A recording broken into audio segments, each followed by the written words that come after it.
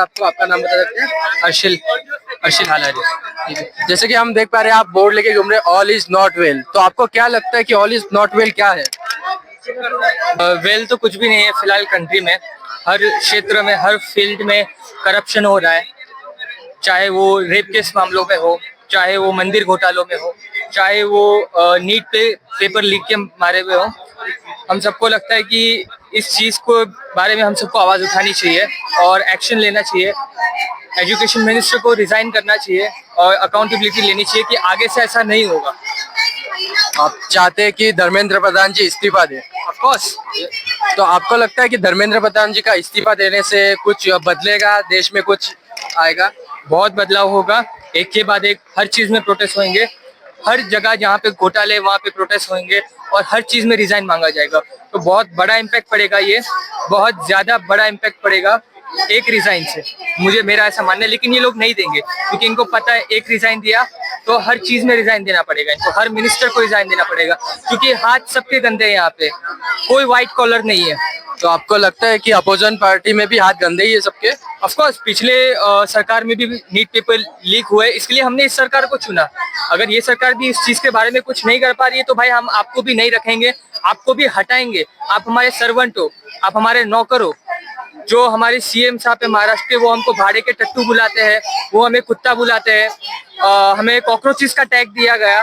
तो we are the nationalist and they are anti national. नहीं, लेकिन उल्टा है कि हम लोग को उल्टा एंटी नेशनल बोला जाता है, विद्यार्थियों को एंटी नेशनल बोला जाता है कि आप आवाज मत उठाओ, हम जो कर रहे हैं वो सब सही है। इसके बारे में क्या कहेंगे? वो सरासर दादागिरी है सर, सरासर दादागिरी है। इनको लगता है कि हम हिटलरगिरी करेंगे, हम राज करेंगे देश पे, हम अपने जेब भर लेंगे। सड़कों के गड्ढे भले ना भरे जाए।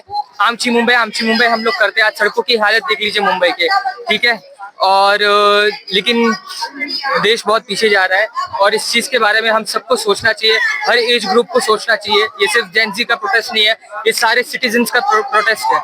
लेकिन जो हमारे मोदी जी बाहर जाके विदेश दौरे कर रहे हैं, भारत को मजबूत बना रहे हैं, उसका पे क्या है? वो तो बाहर की हवा लेंगे ना, वो यहाँ पे क्यों आएंगे लो एक्यूआई में? वो यहाँ लो एक्यूआई में क्यों आएंगे? वो घूमेंगे ऑस्ट्रेलिया, वहाँ पे अपना प्रमोशन करेंगे, अवार्ड मांगने जाएंगे, वहाँ पे वो सब जगह जाएंगे। उनके पार्टी के नेता अपने बच्चों को फॉरेन में पढ़ाएंगे। उनको यहाँ पे क्या हो रहा है कुछ नहीं पता। उनके सिटीजन्स के लिए कोई जो है, हमने 2014 में सुना था कि वो काफी चीजों के वायदे लेके आए थे, वादे किए थे बड़े बड़े। आज वो वादे झूठे दिख रहे हैं। आज पता चल रहा है कि आप भी बाकी सब नेताओं में से ही एक हो। तो फिर मोदी जी भी इतने बड़े प्रधानमंत्री, अपने देश के प्रधानमंत्री है, तो वो क्यों बड़े प्रधानमंत्री नहीं है? सॉरी टू से, कोई बड़े प्रधानमंत्री है, उनकी एक भी योजना आज तक सक्सेसफुल नहीं गई है। हर योजना में करप्शन हुआ है, हर योजना में हमारे देश के टैक्स पेयर का पैसा खाया है। तो उस चीज के बारे में तो आप बोलो ही मत कि वो बड़े प्रधानमंत्री है। Worst prime minister of India कह सकते हो आप। ये टैग उनके लिए बहुत परफेक्ट रहेगा। आपने देखा भी होगा कि हम भी अभी बोलने लगे हैं, देश के बाहर जाते हैं तो देश की मीडिया भी उनको वही बोलती है कि जैसे भी ऑस्ट्रेलिया में गए थे, वहाँ के सिटीजन्स ने भी बोला गो बैक मोदी। मतलब कहीं ना कहीं देश के बाहर भी लोगों को रियलाइज हो गया है कि ये प्राइम मिनिस्टर कितना बड़ा गधा है। लेकिन हमारे देश की जनता को नहीं दिखाई दे रहा। अंधभक्ति के चक्कर में वो अपने प्राइम मिनिस्टर को अपना देवता मान चुके हैं और उनको लगता है कि भाई ये प्रधानमंत्री हमें एक राष्ट्र देगा जहाँ पे हम सेफ्टी से रहेंगे। सॉरी, आज हमारी बारी है, कल आपके भी घर उजाड़े जाएंगे, कल आपके भी घर जलेंगे, तब आपकी आंखें खुलेगी। आज अगर ये लोग कहते हैं अगर सारी माइनॉरिटीज को देश से हटा भी दो, हम लोग चले भी जाए खुशी खुशी से, मुस्लिम, दलित, सिख, ईसाई, जिनसे भी इनको प्रॉब्लम है, हम सब खुशी खुशी चल गए, तो भी ये पीठ पीछे बोलेंगे कि भाई ये देखो इनको देश से प्यार नहीं था इसके लिए चले गए। लेकिन the fact is we are the real nationalist and they are anti national because they don't care about our country. Why would we care about them? फिर जो ये अंधभक्त है ये किधर से आते हैं? मतलब कहाँ के ज्यादातर आप मानते हो कि अंधभक्ति जहाँ से ज्यादा आ रही है? अनभक्त का कोई रिलीजन नहीं है। अनभक्त सब जगह में। I am Muslim, I am से दिस प्राउडली कि भाई मेरी भी जनता में जो है, मेरे भी रिलीजन में है, अनभक्त बहुत है जो एमआईएम को सपोर्ट करते हैं, जो वोट काटने के काम करते हैं। ठीक है, किसी में इतना गट्स नहीं है, बट आई एम सेइंग मुझे पता है मुझे गालियां पड़ेगी इस चीज पे बहुत ज्यादा मेरे ही वालों की तरफ से, बट सब मिले हुए हैं अंदरों। अंदर और इनको लगता है कि ये सक्सेसफुल हो जाएंगे, बट मुझे नहीं लगता, क्योंकि ये देश का युवा जाग रहा है। जैसे आपने कहा आप मुस्लिम है, तो इसके वजह से आपके कम्युनिटी के लोग भी आप पे बहुत ज्यादा से कमेंट में भर भर के गालियां दे सकते हैं। आज यहाँ पे मुस्लिम्स मुझे दिखे, बहुत जन दिखे, लेकिन बहुत कम दिखे। तो कहाँ है वो लोग, कहाँ है मेरे रिलीजन के लोग? प्लीज आओ, अपने देश के लिए आवाज उठाओ, ठीक है। हमारे रिलीजन में एक चीज मानी जाती है, आप अगर सच्चे देश प्रेमी नहीं हो तो आप सच्चे रिलीजनिस्ट भी नहीं हो, ठीक है। अपने वतन से प्यार करना हमारे ईमान का हिस्सा है। तो कहाँ है आज वो वतन प्रेमी? मुझे नहीं दिखाई दे रहे। Muslim should raise their voice. हर मस्जिद में ऐलान होना चाहिए कि इस चीज के प्रोटेस्ट के लिए हमें आवाज उठानी चाहिए, अपने अपने एरियाज में, अपने अपने रीजन्स में, अपने अपने लोकेलिटी में। और आप जैसे जान सकते हैं बीजेपी ज्यादातर मुस्लिम और हिंदू का ये 2014 से ये यही लेके आए। इन्होंने पहले भाप लिया, इन्होंने राम मंदिर का देख लिया, इन्होंने बाबरी मस्जिद का देख लिया, पूरा स्टडी करके आए 2014 से। इनकी पूरी प्लानिंग है कि कैसे किस चीज को टारगेट करेंगे तो जो है मुस्लिम्स हर्ट होंगे, हिंदू खुश होंगे। बट आज आप देख सकते हो यहाँ सारे हिंदू मुस्लिम सब मिलके खड़े हैं। Every age of people, every caste of people, every religion of people, every skin tone, everybody is here. और इससे बड़ी यूनिटी की बात मुझे नहीं लगता इस देश में कोई हो सकती है। किसी को किसी से खतरा नहीं। आप कैमरा एक बार यहाँ पे दिखाइए, सबको कैमरा दिखाइए कि ये कितनी बड़ी यूनिटी है हमारे देश के लिए। जब यहाँ किसी को किसी से खतरा नहीं है, ना मुझे आपसे खतरा है, ना आपको मुझसे खतरा है। किसी को किसी से खतरा नहीं है। खतरा है तो इन सरकारों को, हम जैसे कॉकरोचेस से। जैसे हम लोग अभी यूथ है, तो ये सरकार अपने से हमसे डर रही है कि हम लोग को ये कुर्सी से उतार ना दे, इसलिए वो मुस्लिम हिंदू ज्यादा करके अंधभक्तों को ज्यादा पैदा कर रही है। आप ऐसा कहना चाहते हैं? पैदा तो नहीं कर रही है, कन्वर्ट कर रही है। माइंडसेट ब्रेन वॉश किया जा रहा है, एक लॉलीपॉप दिया जा रहा है कि आप हमें सपोर्ट करो, हम आपको सपोर्ट करेंगे, हम इन माइनॉरिटीज को हटा के आपका राष्ट्र बना देंगे। लेकिन क्या ये देश 2014 से पहले ऐसा था? क्या दंगे फसाद पहले इतने थे जब जितने 2014 के बाद से हुए हैं? आपको तो देश को दंगे कम करने के लिए लाया गया था, आपने तो उल्टा बढ़ा के रख दिया। आपने तो हिंदू मुस्लिम बढ़ा के रख दिया। मैं पर्सनली काफी कॉस्मो सोसाइटी में बड़ा हुआ हूँ, जहाँ पे हिंदूज भी रहते हैं, जहाँ पे मुस्लिम्स भी रहते हैं। हमारे यहाँ पे हिंदू रोजा रखते हैं। मैं दिवाली में पटाखे चलाता था और होली भी खेलता था, तो विच इज वेरी कॉमन। ये आपको हर जगह मिल जाएगा। मैं देखता हूँ मेरे गाँव गुजरात में, आई एम गुजराती, मेरे गाँव में आज मुस्लिम ज्यादा पटाखे फोड़ते हैं एज कम्पेयर टू हिंदूज। तो इससे बड़ी आपको क्या चाहिए? हालांकि पटाखे फोड़ना इस देश के प्रदूषण के लिए मैं मना करता हूँ क्योंकि नो अगेंस्ट एनी रिलीजन। जो शादियों में भी फोड़े जाते हैं वो भी गलत है। एक चाय बढ़ रहा है, आप इको फ्रेंडली पटाखे चलाओ। So that's a message for everybody. पूरा डालना है ना, कट करके इसको भी अनपढ़ चला देंगे। हम तो पूरा ही डालते हैं। अच्छा, आप गोदी मीडिया से लगते तो नहीं हो? नहीं। आज तक और कौन से हमारी एबीपी न्यूज कोई दिख नहीं रहा है यहाँ पे। साफ दिख रहा है कि उनको देश के लिए कितनी पड़ी है। गोदी मीडिया है एक नंबर की, चाटू, सरकार को चाटती है ये मीडिया। चाहे वो अंजना ओम कश्यप हो, चाहे वो रूबिका लियाकत हो, सारे देश के चाटुकार है। और इनके लिए मैं बस, मेरी सिंपैथी भी, मैं इन पे तरस खाना भी छोड़ चुका हूँ। अब इनके लिए मेरी जो है एम्पैथी भी नहीं है। मैं चाहता हूं कि ये लोग बस कहीं चले जाए और इनकी जगह पे एक अच्छी मीडिया आए जो देश की रियलिटी, जो ग्राउंड लेवल पे जो हो रहा है उसको दिखाए। आप बोल रहे हो कि अंजना ओम कश्यप और रियाना जो भी है, लेकिन अगर उनको सरकार से प्रेशर आ रहा होगा तो फिर वो भी क्या कर सकते हैं? प्रेशर तो पिछली सरकार में भी आ रहा था। आपने सारी न्यूज़ें कवर की, आपने मनमोहन सिंह के खिलाफ भी बहुत कुछ दिखाया है, आपने राहुल गांधी, सोनिया गांधी के खिलाफ भी बहुत कुछ दिखाया है।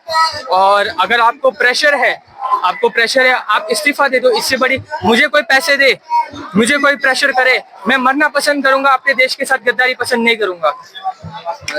आप कह रहे कि हाँ, अपने देश के अंदर ही बहुत सारे गद्दार हो चुके हैं। जो गद्दार हो चुके नहीं, गद्दार है जिनको देश की पड़ी नहीं है, जिनके युवा की नहीं पड़ी, जिनके डॉक्टर्स की नहीं पड़ी, जिनको सोनम वांगचुक की नहीं पड़ी है। सोनम वांगचुक एक ट्रेंड बन गया इन लोगों के लिए। बॉलीवुड सेलेब्स हो या कंटेंट क्रिएटर हो, इनके लिए बस स्टोरी लगाना is enough. But sorry, this is not enough. Story लगाना इज नॉट इनफ, क्योंकि आपको जब अपनी ऐड करनी होती है तो वो ऐड वाले क्या मांगते हैं आपसे? आपका फेस, आपकी वॉइस। तो यहाँ पे आपका फेस और आपकी वॉइस कहाँ है? यहाँ पे आपका फेस और आपकी वॉइस कहाँ है? आपने बस चंद शब्द लिख दिए सोनम वांगचुक के लिए, स्टोरी लगा के, एक फोटो सैड वाली, और नीचे अपना कुछ भी चैट जीपीटी से बना के लिख दिया और अपना जो है समर्थन दे दिया। जो स्टोरी 24 घंटे बाद डिलीट हो जाती है। इनको लगता है हमने अपना काम कर दिया। अब देश का युवा आप लोग देखो, जैसे ये लोग सिटीजन नहीं है और जब फॉलोअर्स मांगने होते तो भीख मांग मांग के सब्सक्राइब कर दीजिए, बेल आइकन दबा दीजिए, लाइक कर दीजिए, तब तो बड़े आ जाते हो आप लोग। तब तो आपको देश के युवाओं के बारे में तब तो नहीं सोचा जाता। आज जो 21 स्टूडेंट मरे हैं उनमें से कोई इन कंटेंट क्रिएटर का फैन भी हो सकता था, इनमें से कोई आमिर खान का भी फैन हो सकता था, इनमें से कोई फरहान जिसने मूवी में सरवन जोशी का भी फैन हो सकता था। तो इनको ये देखना चाहिए कि आपके जो फैंस है, जो आपकी परवाह करते हैं, जो आपके लिए कॉन्सर्ट भर देते, आपके साथ फोटो खिंचाने के लिए मरे जाते, आज उनके ऊपर ये बीत रही है तो आप कहाँ हो? इनको सोशल मैसेज देना हो तो भागे चले आते। सत्यमेव विजयते नाम का एक शो आता था आमिर खान का, और वहाँ पे वो काफी देश के हित में बारे में बात करते। आज जब जरूरत है आपकी, आप मिसिंग लग रहे हो, आप अपनी शादी एंजॉय करने में लगे हो। पर्सनल नहीं जाना चाहिए, बट ये मोमेंट एंजॉय करने का नहीं है। ये मोमेंट आज उस बंदे को सपोर्ट करने का है जिसके ऊपर आपने मूवी बनाई, जिसके ऊपर आपने पैसा कमाया।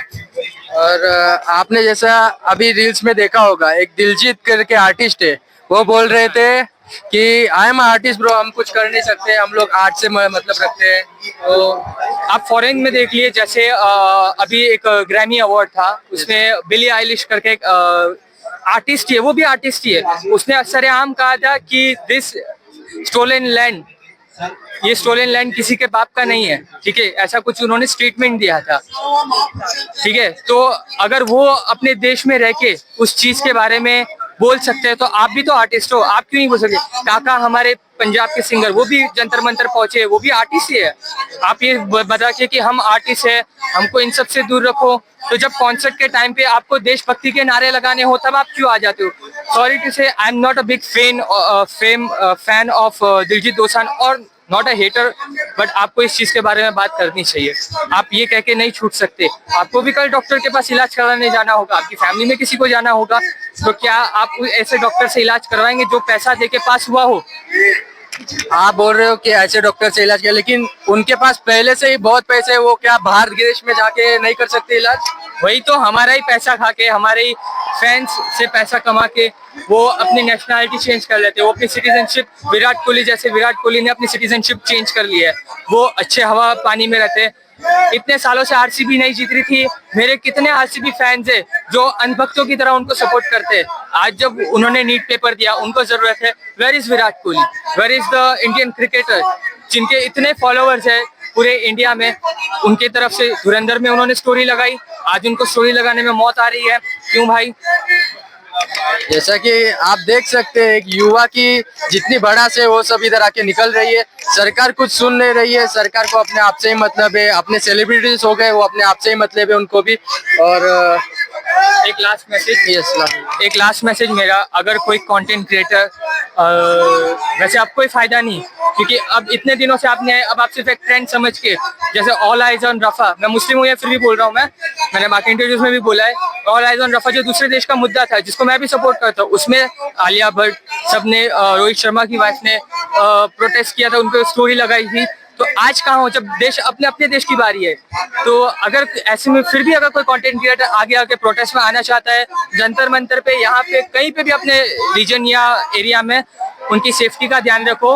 और जो प्रोटेस्टर है उनसे सेल्फी लेने के लिए मत दौड़ो प्लीज, वो वहाँ पे आपको सेल्फी देने के लिए नहीं आए, वो वहाँ पे आपको ऑटोग्राफ देने के लिए नहीं आए, वो वहाँ पे प्रोटेस्ट करने के लिए आए। तो आप उनकी सेफ्टी का ध्यान रखो, उनको भीड़ में झगड़ो मत, ठीक है? अपना फ्रेंडशिप मत दिखाओ, अपना जो अंदर का इंसानियत है वो दिखाओ, और जो 21 स्टूडेंट्स मरे हैं उनके लिए आवाज उठाओ। यही जो युवा है हमारे लिए आवाज उठाते हैं, इन लोग को जैसे एंटी नेशनल बोल दिया जाता है। ये ऐसे धड़ाकेबाज युवा को आज भारत की बहुत जरूरत है, भारत को।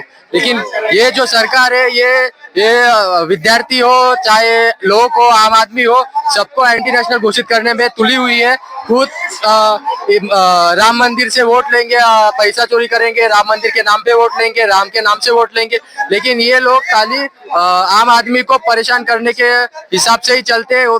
धर्मेंद्र प्रधान को इस्तीफा देने के लिए कितना टाइम लगता है? धर्मेंद्र प्रधान इस्तीफा नहीं दे रहा है क्योंकि ओडिशा हार जाएगा, ओडिशा से हार जाएगा। तो ये बात हम सबको समझनी चाहिए, इन भाइयों जैसे आके सामने आके आवाज उठानी चाहिए, सबको बताना चाहिए मैं कौन हूँ, मेरा देश में रोल क्या है, मेरा देश कैसे चलेगा, मेरे हिसाब से चलेगा। आज लोकतंत्र देश है, आज किसी के किसी का भी देश नहीं है जो अपने आप को बोले कि देश मेरा है। ऐसा आज लोकतंत्र देश है, सबको बाहर आके आवाज उठानी चाहिए और हम आपके लिए ऐसे न्यूज लाते रहेंगे, तो फॉलो जरूर कर लीजिए।